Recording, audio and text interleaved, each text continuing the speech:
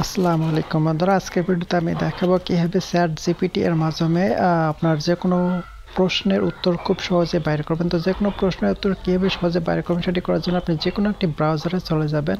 তো যে কোনো একটি ব্রাউজারে চলে আসার পরে উপরে সার্চ করবেন চ্যাট জিপিটি। স্ক্রিনে যে বানানটা দেখতে পাচ্ছেন সেই বানানটা লিখে সার্চ করবেন। তারপরে এখানে দেখতে পাচ্ছেন যে হচ্ছে সর্বপ্রথমে যে ওয়েবসাইটটা চলে আসছে সেটাতে ক্লিক করবেন। তারপরে এরকম ইন্টারফেস শো করবে। তো এখান থেকে আপনাদের যদি আইডি লগ ইন করা থাকে তাহলে লগ ইনকে ক্লিক করবেন। যেহেতু আমার আইডিটা লগ ইন করা নাই এই কারণে আমাকে রেজিস্ট্রেশন করতে হবে, যেন আমি সাইন আপে ক্লিক করলাম।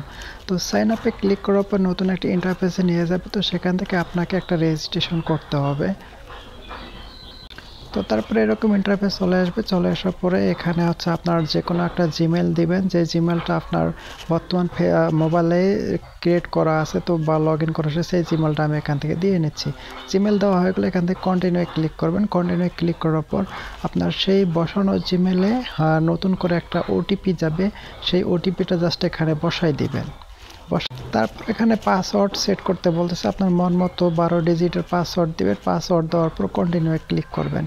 তো কন্টিনিউ ক্লিক করার পরে নেক্সট যে অপশনটা চলে আসবে। তো এখানে হয়তো ওটিপি অপশন অনেকের আগে পাঠায়, কারো পরে পাঠায়। তো যাই হোক আমার ওটিপি অপশন পরে পাঠাইছে। তো যাই হোক এখন আমার জিমেল চেক করবো। জিমেল চেক করার পরে যে ওটিপিটা আছে তো সেই ওটিপিটা আমি আমার এখন ওই অপশনটিতে আমি বসিয়ে দিয়ে জাস্ট আমি এখান থেকে সাবমিট বা কন্টিনিউ ক্লিক করলাম।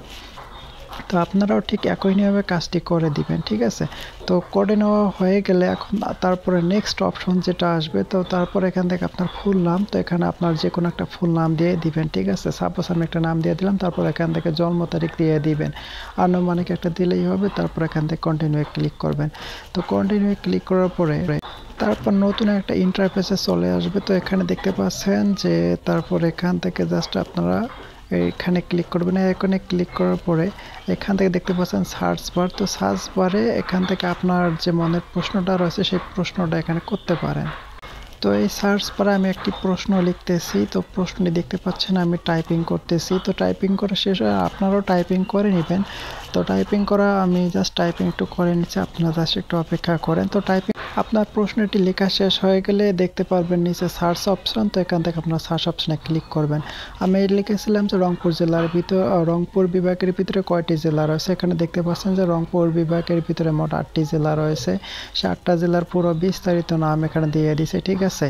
তো এভাবে আপনারা যে কোনো প্রশ্নই করেন না কেন সঙ্গে সঙ্গে উত্তর পেয়ে যাবেন। ওকে, তো এই ছিল আজকে ভিডিও ভালো লাগলে আমাদের ইউটিউব চ্যানেলটি সাবস্ক্রাইব করবেন। আপনি আমাদের ইউটিউব চ্যানেলটি সাবস্ক্রাইব করে থাকলে আপনাকে অসংখ্য ধন্যবাদ। ভালো থাকুন, সুস্থ থাকুন, আল্লাহ হাফেজ।